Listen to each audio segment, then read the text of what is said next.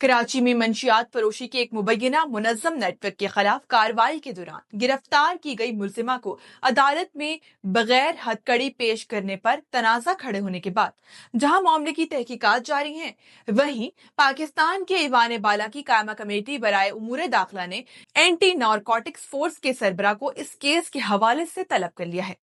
Karachi police के मुताबिक cocaine और दीगर मौलिक मंशियात की मुबैना सप्लायर अनमोल उर्फ पिंकी नामी इस खातून को जिला वस्ती की पुलिस और एक सिविलियन हसास इदारे की मुश्तरका कार्रवाई में गिरफ्तार किया गया था।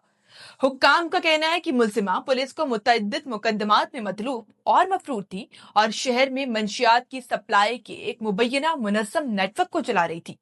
पुलिस के इलामिया के मुताबिक मुलजिमा से एक पिस्तौल, गोलियां, करोड़ों रुपए मालियत की कोकेन, केमिकल्स और दीगर नशावर मवाद बरामद किया गया है।